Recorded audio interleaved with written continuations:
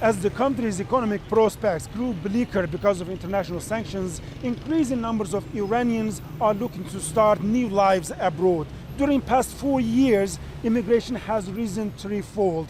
According to an official report, about 150,000 people a year are leaving. More than 100,000 of those immigrating annually have university degrees, including PhDs.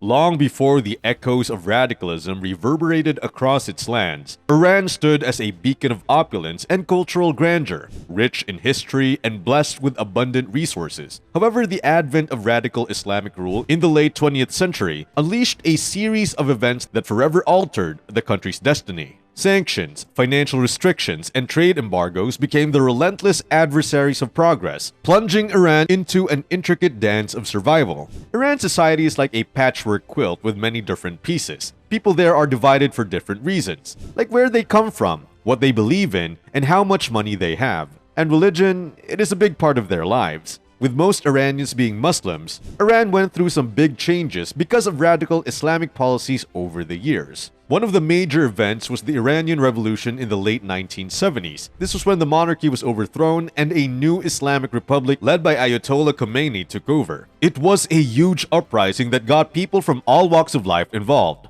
And what have the years of radical Islamic policies done to Iran? Unfortunately, it has caused a lot of problems. This led to violence, oppression, and instability, and many people have lost their lives or had to leave their homes. The revolution also caused Iran to cut ties with a bunch of Western countries, and they faced economic and political isolation because of that. They ended up facing international sanctions, which made things even tougher for them. How about democracy in Iran? So in Iran, they have this thing called the Islamic Republic. It's like a mix of democracy and theocracy, which means religion plays a big role in how things are run. But here's the catch. Even though they have these democratic elements, the top dogs are the Supreme Leader and the Guardian Council. They're the ones who have the final say in everything, whether it's about the government or religion. The Supreme Leader is like the big boss. They get to pick important people for key positions. They control the armed forces, and they can even say nope to any new laws or candidates for office. It's a lot of power in their hands. Then there's the Guardian Council. They're in charge of making sure elections are fair and square. They approve who can run for office, and they check if laws follow Islamic law. Now you might be thinking, what about the president and parliament?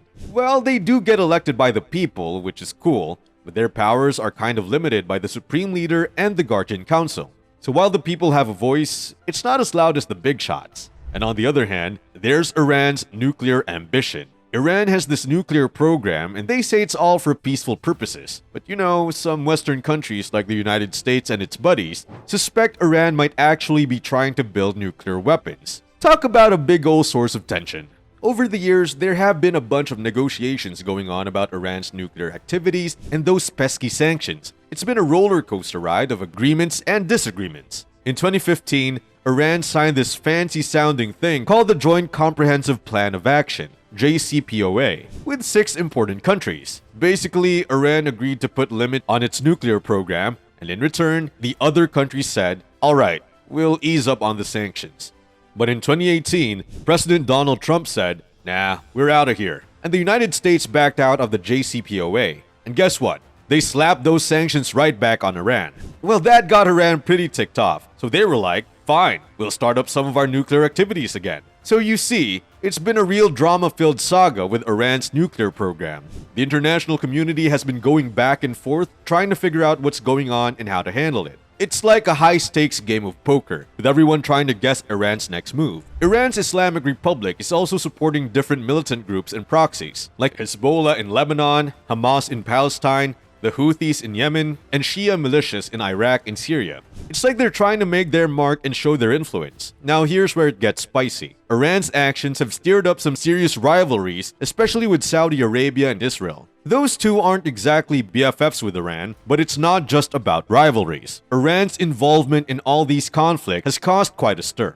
Many countries and human rights organizations have criticized and condemned Iran for this. And here's the real bummer. All this meddling has led to more violence, instability, and humanitarian crisis in the region. It's like a big, messy domino effect. Iran's military interventions have had some serious consequences. And what about the strict laws this radical Islamic rule has caused? Iran has some pretty strict rules and regulations based on their own take on Islam. It affects different groups, especially women and minorities. Let's start with the ladies. The women in Iran have to wear this thing called a hijab, which is basically a headscarf whenever they're out in public. It's mandatory. And that's not all. They also face all sorts of discrimination in things like education, jobs, marriage, divorce, inheritance, and even custody rights. It's like they're dealing with a whole set of extra challenges. Now, when it comes to moral stuff, things can get really tough. Iran is pretty strict about what they consider to be moral offenses. If someone gets caught doing something like adultery or being gay, they can face some seriously harsh punishments. It's definitely not a walk in the park. And let's not forget about the minorities. Iran has different groups like the Kurds, Arabs, and Balochs, and they've faced their own set of challenges over the years. It's like they're dealing with the consequences of those radical Islamic policies too. What can be done to bring the economy of Iran back on its feet? And what are some of the economic megatrends Iran can hop onto? Iran has a chance to ride the wave of some cool economic trends. One of them is moving towards a greener and more sustainable economy. This means they can explore new ideas and create jobs in areas like renewable energy, clean technology, and taking care of the environment. Iran is lucky to have lots of natural resources like solar and wind power, which they can use instead of fossil fuels. By doing this, they can reduce pollution and help the planet. Plus, if they team up with other countries to fight climate change and get support from green finance and markets, they can really make a difference. Another awesome trend Iran could totally jump on is the digital revolution. It's all about using technology to make everything better and faster. This could boost productivity and make Iran more competitive in different industries. The best part is that Iran has a young and smart population that is super excited to embrace new gadgets and online platforms for everything from chatting and learning to shopping and running the country.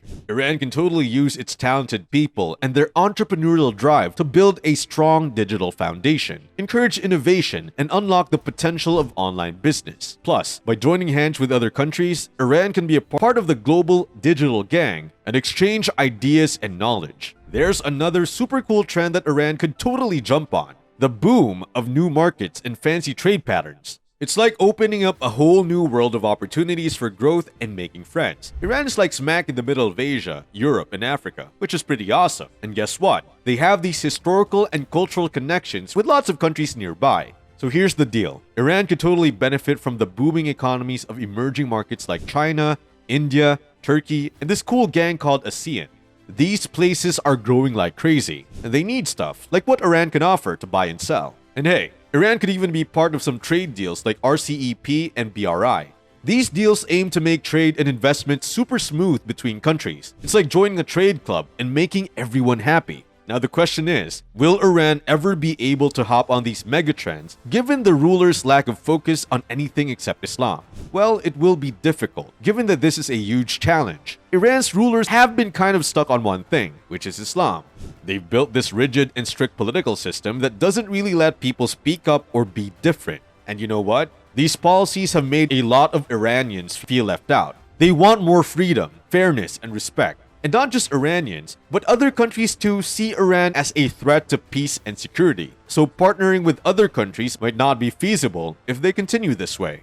Another challenge Iran faces is international sanctions. They've got these international sanctions and they're feeling pretty isolated because of the nuclear program and all the regional conflicts they're involved in. These sanctions are like a punch in the gut to their economy. They can't get their hands on the money from selling oil. Their foreign exchange reserves are drying up, and international trade is getting all messed up. So if you're still wondering if Iran can jump on any of these cool economic trends, well, here's the thing. The rulers in Iran are all about Islam and not much else. They don't really focus on anything else, which makes it kind of hard for Iran to make any big moves. But you know what? There's always a chance for change. Maybe, just maybe, someday they'll start looking beyond Islam and realize the potential of those economic trends. So where does Iran's economy stand today, and is having good reserves of oil the only factor that can help Iran? Iran's economy is going through a whole bunch of challenges right now. They've got these international sanctions, low oil prices, crazy high inflation, unemployment, corruption, mismanagement, you name it. Even the environment is taking a hit with degradation and water scarcity. It's like a roller coaster ride with ups and downs. And of course, just having a ton of oil ain't gonna solve everything. Iran has other natural resources like natural gas, minerals, and metals that they can tap into and diversify their economy. Plus, they've got a huge market right at home, a young and smart population, a sweet spot on the map, and a rich cultural heritage that can totally help them grow. But here's the deal.